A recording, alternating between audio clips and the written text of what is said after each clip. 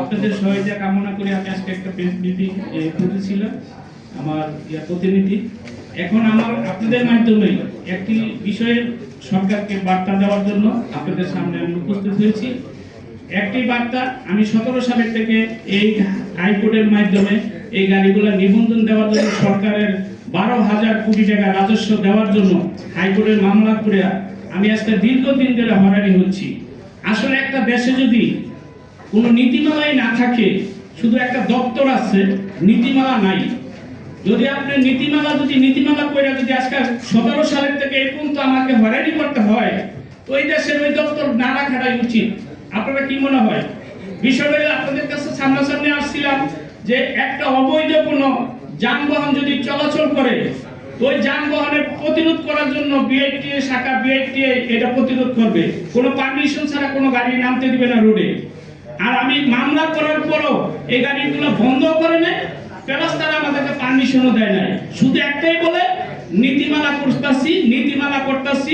এই বায়ুন্ডে আজকে 17 সালের থেকে এখনো বিআইটি মন্ত্রণালয় বিআইটি থেকে চেয়ারম্যান আসলে ওনারা এই কথাই বলে। আপনাদের সবার মাধ্যমে আমি জানতে চাচ্ছি যে এই দুর্ঘটনা, যে পঙ্গু হচ্ছে মানুষ, রাস্তাঘাটে যে দুর্ঘটনা হচ্ছে, ওনারা গাড়িগুলো নিয়ন্ত্রণ করলে এগুলা দিলাম কিছু হইতো না। আজকে রাস্তাঘাটে ঘন্টার পর ঘন্টা যানজট হচ্ছে। আমি মামলা করার কারণে ওনারা আমার মামলা দিয়ে দেখায় দেয় যে হাইকোর্টের নির্দেশ আছে গাড়িটি বন্ধ করা যাবে না।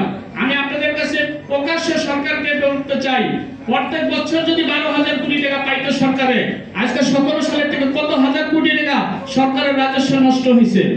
আমি আবারও বলবো সরকারকে দ্রুতভাবে আমাকে দক্ষিণ সিটি কর্পোরেশন, উত্তর সিটি কর্পোরেশন, সারা বাংলাদেশে আমি আবেদন করছি, এই আবেদনের প্রেক্ষিতে রাজস্ব নেও, এই মেইন রোডের থেকে গাড়িগুলো যানজট মুক্ত করো, জায়গায় জায়গায় ভলান্টিয়ারের মাধ্যমে গাড়িটি পরিচালনা করা হোক।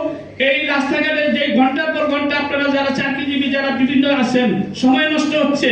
আমি আপনাদের সবাইকে বলবো এই গাড়িগুলোর নিয়ন্ত্রণ, অনেকের প্রশিক্ষণ জানে না, অনেকে ঠ্যাংয়ের উপর ঠ্যাং দিলে যে কোনোভাবে গাড়িগুলো চালাচ্ছে, বড় বড় গাড়িতে দুর্ঘটনা ঘটাচ্ছে। আমি বারবার দিয়া ওনারা একটা চাঁদাবাজি করতেছে। কেন? এই গাড়িগুলা নীতিমালা নাই কইয়া এই গাড়িগুলো জিয়ে রেখা ওনারা এই চাঁদাবাজির সাথে জড়িত। কারণ প্রত্যেক মাসে 100 কোটি টাকা বিআইটিআই এই গাড়িগুলোর থেকে বিভিন্ন অ্যাঙ্গেলে বিআইটিএ চেয়ারম্যানের মাধ্যমে এই গাড়িগুলো, এই জন্য ওনারা কোনো নীতিমালা আওতায় আনে না গাড়িগুলা, আর গাড়িগুলো বন্ধ করে না।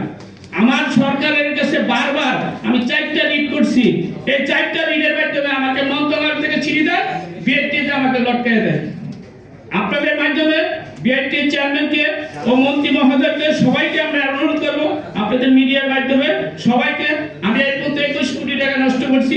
আমার সারা বাংলাদেশে ডিলার আছে, বিভিন্ন প্রতিনিধি আছে, আমাকে দ্রুতভাবে মন্ত্রণালয়ের চিঠিটাতে বাস্তবায়ন করে সরকারের রাজতন্ত্রটা নেয়।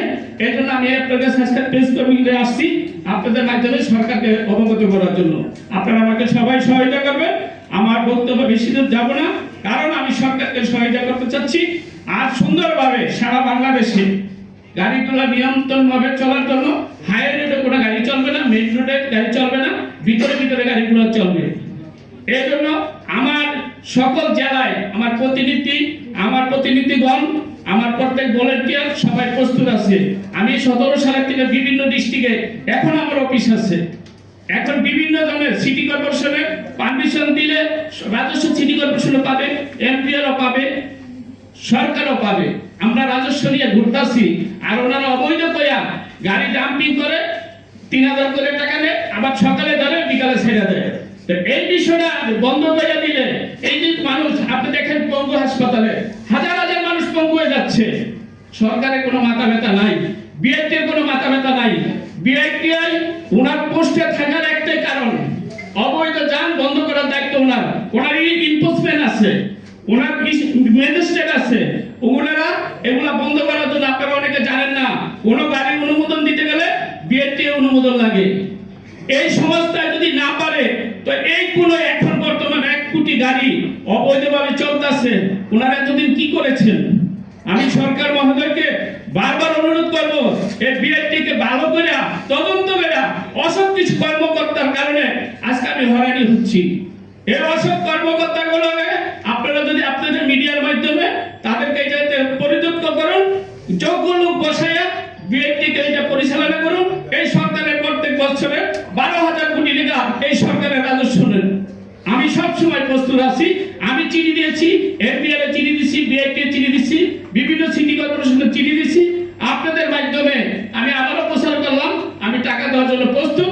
টাকাগুলো নেওয়ার জন্য আপনাদের মাধ্যমে ওনাদেরকে পৌঁছানোর জন্য আপনারা অনুরোধ করবো, ওনাদের আপনারা সবাইকে অবগত করবেন। আসসালামু আলাইকুম।